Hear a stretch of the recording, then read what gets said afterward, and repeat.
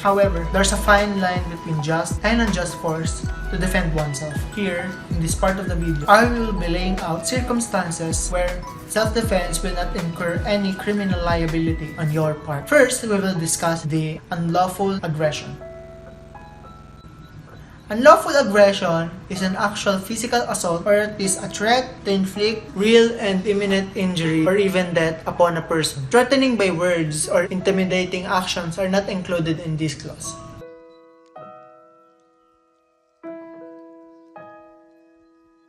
Second, reasonable necessity of the means employed to prevent or repel it. The requirement of reasonable necessity of the means used to defend oneself from an unlawful aggression entails the use of reasonable means of self-defense that is proportional to the nature and extent of the attack sought to be averted. This means that defending yourself in an overkill manner would make you responsible for murder or manslaughter. For example, if you have a gun to defend yourself, the man is about to knife you. You were able to stop his attack by shooting him in the leg. However, after him being subdued, you proceeded on shooting him multiple times at point-blank range. This situation would not protect you legally on court because you used an excessive force.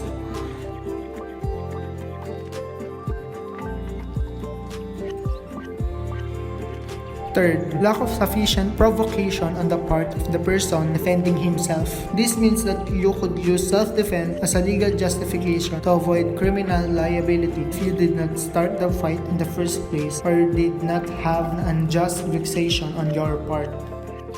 If you've used these steps but things simply went out of hand, or things really went wrong, or went downways, or went south, you should be prepared for these worst case scenarios. Listen well, for these steps could make you make the difference between life or death. There are 8 self-defense moves every woman should practice. First is the hammer strike. Using your car keys is one of the easiest ways to defend yourself. Don't use your fingernails because you're more at risk to injure your hands. Instead, feel unsafe while walking at night. Have your keys stick out from one side of your fist for hammer strike. Another way to use your keys is to click them onto a lanyard to swing at your attacker. Second is the groin kick. If someone is coming at you from the front, a groin kick may deliver enough force to paralyze your attacker, making your escape possible. If your attacker is too close, thrust your knee towards the groin. Make sure you're stabilized and not at risk of falling over. Third is the heel palm strike. This move can cause damage to the nose or throat. To execute, get in front of your attacker as much as possible.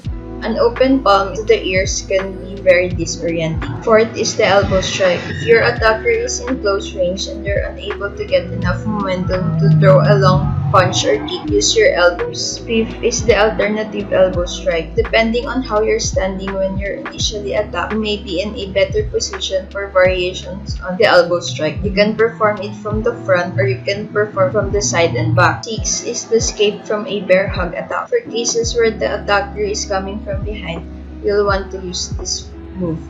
Focus on getting low and creating space to free yourself. 7 is the escape with hands wrapped. If your attacker comes from behind and wraps your arms, this is similar to the bear hug, but you won't be able to move as well. First reaction should be to stop your attacker's arms from going higher into the headlock. Last is the escape from the side headlock. When the attacker locks their arm around your head from the side, your first instinct should to avoid getting choked.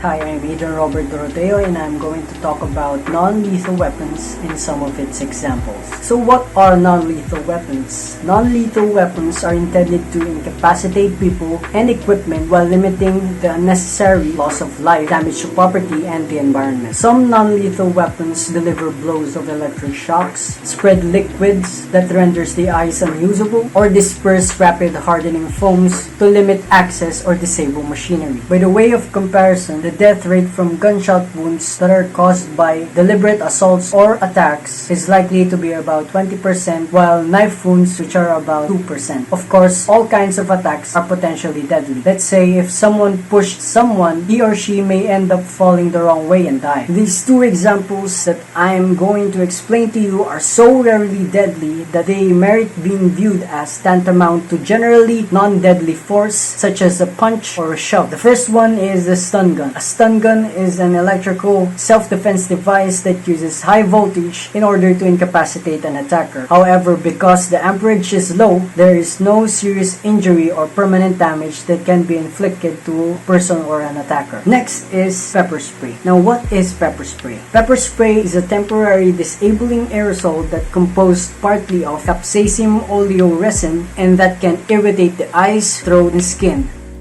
We've shown you these steps in preventing and dealing with dangerous situations, but we haven't really taught you on how to deal with the confrontations that may happen. This is we would be teaching you on self-defense.